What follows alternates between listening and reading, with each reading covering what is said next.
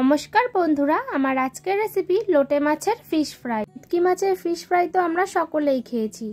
কখনো কি বাড়িতে এই রকম লোটে মাছের ফিশ ফ্রাই খেয়েছো? যদি কখনো না বানিয়ে থাকো তাহলে বলবো বাড়িতে অবশ্যই একবার এই রকম লোটে মাছের ফিশ ফ্রাই বানিয়ে দেখতে পারো।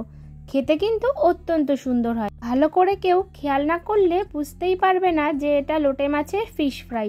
তো চলো রেসিপিটি শুরু করা যাক। লোটে মাছের ফিশ ফ্রাই বানানোর জন্য আমি এখানে 7 থেকে 8 পিস মতো লোটে মাছ নিয়েছি। নর্মালি যেরকম লোটে মাছ কাটা হয় আমি সেরকমভাবেই লোটে মাছগুলো কেটে ধুয়ে পরিষ্কার করে রেখেছি। আর লোটে মাছের মধ্যে যে শক্ত কাটা আছে সেটা কিন্তু বার করে নিতে হবে। তার জন্য এখানে আমি একটা গোটা লোটে মাছ নিয়েছি। এবার লোটে মাছের পেটের দিকের অংশ থেকে একটা কাঁচির সাহায্যে মাছ বরাবর কেটে নেব। তো দেখো মাছটা কিন্তু দুভাগ করে নিয়েছি। এবার মাছের মধ্যে যে শক্ত কাটা আছে সেটাও কিন্তু কাঁচির সাহায্যে কেটে বার করে নেব। তো দেখো আমি যেরকমভাবে তোমাদের দেখাচ্ছি সেরকমভাবেই কিন্তু কাটাটা বার করে নেবে। লোটে মাছ যেহেতু খুবই নরম একটি মাছ, তো তোমাদের এই লোটে মাছের কাটা বার করার সময় কিন্তু কোনো রকম প্রবলেম হবে না। খুবই সহজভাবে তোমরা লোটে মাছের কাটা কিন্তু বার করে নিতে পারবে। তো দেখো আমার লোটে মাছের কাটাটা বার করে নেওয়া হয়ে গেছে, আর মাছের ফিলেটাও দেখো প্রপারভাবে রেডি হয়ে গেছে। এই একই রকম পদ্ধতিতে আমি বাকি মাছগুলো কিন্তু রেডি করে নিয়েছি। এরপর অন্যদিকে দেখো আমি একটা মিক্সার জার নিয়েছি, তাতে দিয়ে দেব বেশ কিছুটা পরিমাণ ধনেপাতা।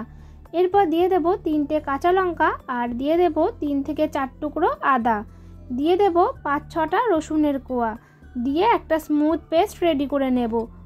তোমরা যে যেরকম ঝাল খেতে পছন্দ করো সেই অনুযায়ী কিন্তু কাঁচা লঙ্কাটা দেবে। দেখো মাছটা ম্যারিনেট করে নেব। তার জন্য প্রথমে দিয়ে দিচ্ছি যে মশলাটা রেডি করে রাখলাম সেটা দিয়ে দেব। তো এরপর দিয়ে দেব পরিমাণ মতো নুন, দেব 1 চামচ গোলমরিচের গুঁড়ো, এরপর দিয়ে দেব 1/2 চামচ চাট মশলা, এরপর দিয়ে দেব 1/2 পাতিলেবুর রস। পাতিলেবুর বদলে কিন্তু তোমরা এখানে ভিনিগারও ব্যবহার করতে পারো। সব কিছু ভালো করে একটু ম্যারিনেট করে নেব, আর খুব ভালো করে কিন্তু মশলাটা মাছের গায়ে লাগিয়ে নিতে হবে। এখানে কিন্তু তোমরা অল্প পুদিনা পাতার পেস্টও ব্যবহার করতে পারো। পর এই ম্যারিনেট করে রাখা মাছটা আমি 15 থেকে 20 মিনিটের জন্য একটু রেস্টে রেখে দেব। অন্যদিকে দেখো একটা বাটিতে 2টো ডিম ফাটিয়ে নেব।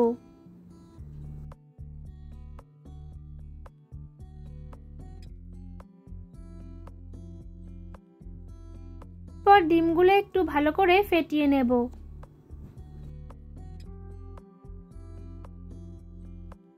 ডিমটা আমার ভালো করে ফেটিয়ে নেওয়া হয়ে গেছে। এরপর একটা প্লেটের মধ্যে নিয়ে নিচ্ছি 1 কাপ মতো কর্নফ্লাওয়ার, নিয়ে এবার চামচের সাহায্যে একটু ছড়িয়ে দেব। অন্যদিকে আমি নিয়ে নিচ্ছি বেশ কিছুটা পরিমাণ ব্রেড ক্রাম্বস। তোমরা চাইলে এখানে কিন্তু বিস্কিটের গুঁড়োও ব্যবহার করতে পারো। একটু হাতের সাহায্যে ছড়িয়ে দেব। 15 থেকে 20 মিনিট পর ফিশ ফ্রাই বানানোর জন্য মাছগুলো রেডি করে নিতে হবে। তার জন্য ম্যারিনেট করা মাছ নিয়ে কর্নফ্লাওয়ারে ভালো করে কোট করে নিতে হবে। কিন্তু অবশ্যই করে ফিশ ফ্রাই বানানোর সময় কিন্তু এই রকম ফার্স্টে কর্নফ্লাওয়ারে কোট করে নেবে। পর ডিমের গোলায় ভালো করে কোট করে নেব। চাইলে ডিম যদি না ব্যবহার করতে চাও তাহলে কিন্তু ময়দা আর কর্নফ্লাওয়ার গোলা জলও ব্যবহার করতে পারো। গোলায় ভালো করে কোট করে নেওয়ার পর এবার আমি ব্রেড ক্রাম্বস বা পাউরুটি গুঁড়োর মধ্যে ভালো করে কোট করে নেব। ভালো করে কিন্তু ব্রেড ক্রাম্বসের মধ্যে মাছটা আমাদের কোট করে নিতে হবে। হাত দিয়ে চেপে চেপে ব্রেড ক্রাম্বস কিন্তু লাগিয়ে নিতে হবে। দেখো আমার কিন্তু ভালো করে ব্রেড ক্রাম্বস লাগানো হয়ে গেছে। আমার কিন্তু একটা কোটিং রেডি হয়ে গেছে। তোমরা কিন্তু চাইলে এই সময়ও ফ্রাই করে নিতে পারো। আমি যেহেতু এটা ডাবল কোট করব তার জন্য আবারও ডিমের গোলায় ভালো করে ডুবিয়ে নিয়ে ব্রেড ক্রাম্বস মাছের গায়ে লাগিয়ে নেব। তোমরা চাইলে কিন্তু সিঙ্গেল কোটও করতে পারো। সিঙ্গেল কোট করলেও কিন্তু খেতে খুবই ভালো হয়। এর কাছে ধরো ব্রেড ক্রাম্বস থাকবে না, তারা পাউরুটির সাইডগুলো কেটে বাদ দিয়ে পাউরুটিগুলো ছোট ছোট টুকরো করে কেটে নিয়ে হালকা ড্রাই রোস্ট করে মিক্সিতে গুঁড়ো করে নিলে কিন্তু ব্রেড ক্রাম্বস রেডি হয়ে যাবে। দেখো ফিশ ফ্রাইগুলোকে যাতে দোকানের মতো দেখতে লাগে তার জন্য একটা ছুরির সাহায্যে যে সাইডগুলো এবড়ো খেবড়ো আছে সেগুলো একটু শেপ দিয়ে নেব। যেহেতু এখানে গোটা মাছটাই ব্যবহার করেছি তাই জন্য ফিশ ফ্রাইয়ের সাইজটা একটু বড় হয়েছে। তো তোমরা চাইলে মাছটা কিন্তু হাফ করেও ব্যবহার করতে পারো।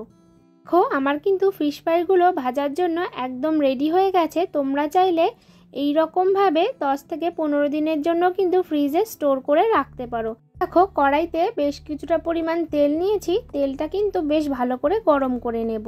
এটা যখন খুব ভালো করে গরম হয়ে যাবে তখন এক এক করে ফিশ ফ্রাইগুলো ভেজে নেব। ফিশ ফ্রাইগুলো কিন্তু উল্টে পাল্টে গোল্ডেন ব্রাউন করে আমাদের ভেজে নিতে হবে।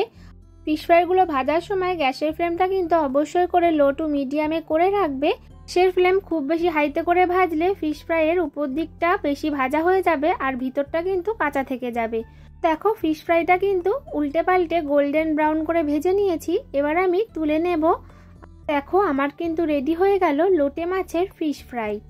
এতে যদি কখনো এই লোটে মাছের ফিশ ফ্রাই না বানিয়ে থাকো তাহলে বলবো বাড়িতে অবশ্যই একবার এই রকম লোটে মাছের ফিশ ফ্রাই ট্রাই করতে পারো। এরপর উপর থেকে একটু চাট মশলা ছড়িয়ে দেবো। এটা আমি সার্ভ করব সস, কাসুন্দি আর স্যালাডের সাথে। আজকের রেসিপিটি তোমাদের কেমন লাগলো অবশ্যই কিন্তু কমেন্ট করে জানাতে ভুলো না। আমার চ্যানেলের রেসিপিগুলো যদি তোমাদের ভালো লেগে থাকে তাহলে চ্যানেলটা অবশ্যই করে লাইক, শেয়ার, সাবস্ক্রাইব করে দিও। দেখা হবে নতুন কোনো রেসিপির সাথে।